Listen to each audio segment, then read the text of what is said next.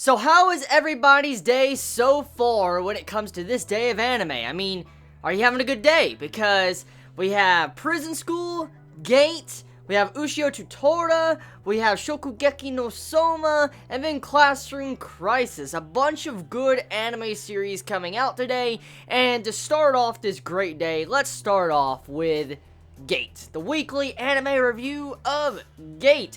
So, I know for a fact that some manga readers of this series have told me that this series is very censored. Supposedly, there's supposed to be a lot more violence, gore, and so like that, and this anime is censoring out all this violence. And I personally have not looked at the manga or the original source to see for myself and make comparisons, but if what I am hearing is true, I'm willing to bet it's probably some major censorship going on. Now, besides that, I want to ask the question, how is the structure of the story going when it comes to this adaptation? Because so far we're 4 episodes in. This is the 4th episode if I'm correct. Yeah, we're 4 episodes in.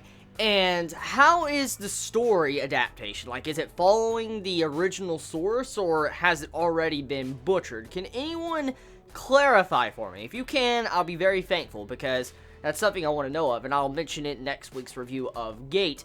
So, this week's episode, we get to see how refugees look at this entire freaking organization going on with the government, the Japanese government, the self-defense force. We get to see how refugees look at this entire ordeal, and we get to see how fast Japan is working and how they're trying to get things going and moving the processing real quickly, like for instance building these different buildings, to building the refugee camps, to spreading their influence across the entire nation. Like they're spreading and expanding all over the place.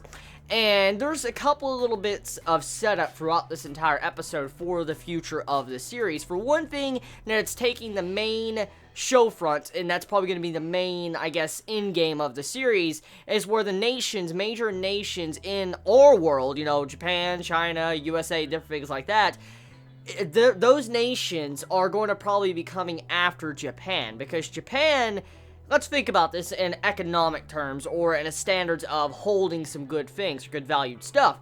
When a country or a person owns something that someone else doesn't own, like let's say you own a high quality game, okay? Let's just say one of you Chibits or all of you Chibits hold a high quality game, and it's a rare game, and you can't get your hands on it normally. Like, you cannot get your hands on this, it's so fucking rare, and you got the only copy in existence. Everybody would be very fucking jealous and jelly of that. They would. Let's face it, that's human nature. And that's kind of what is going on with countries right now. They're looking at Japan like, they got this gate. They got this interest into another world with all these different resources, and this world has no pollution like Earth does, and they can use all these natural resources and build and expand their influence inside this nation before any other country can. So it's like Japan has open reign to do whatever the fuck they want. Like, for instance, they can go in there, get all the shit they want, and they don't have to worry about say-so of, like, let's say USA to China to any other country around the world, if you get my point. And so it's cool getting to see how this entire realistic approach is being, I kind of added in to Gate, because this is something that would most likely happen. Other countries might attack Japan for the Gates. Let's think about this. I mean, this entire situation with the Gate going into this different world might start a world war, like World War III or something, if there hasn't been in that universe of Gate. You gotta think about this. I mean, a lot of countries would probably want to be inside of there to get all the shit they want, because let's look at this from a realistic perspective. If that, new world, the fantasy world, is not polluted, so to say, as much as Earth, which is kind of a given, since, majority of it's forest, and you have a bunch of fantasy creatures, dragons and stuff, it seems like nature still controls the land. What's stopping countries on our side of the world, for instance, like, on Earth, from bombing the shit out of each other to where they could destroy Earth and then they could just hide inside of the Gate world? Think about that for a second, because the Cold War means nothing if they can just, abandon ship and run into the Gate. Think about it. So, I sense a huge war going on Earthside just to fight for that gate. Japan needs to be very, very careful with who it selects to be very close as its allies, and also be very, very careful with the way it handles its political matters, because this is a very crucial situation, I mean, for Japan in general, because Japan might get wiped off the face of the map if they play their cards wrong, because other countries are going to want to take the shit they have. So, that is some setup on that end. When it comes to the fantasy world now, however, you have it to where our characters are trying to learn the language and get over the language barrier, which that's something that needs to be accomplished. Since there's different languages, you need to be able to overcome the language barrier for you can understand what you're doing or who you're going to be talking with. Because, I mean, for Japan to make a good foothold in this new area, this new world, they need to be able to communicate with the politics, to the kings, elders. They need to be able to, talk to everybody around.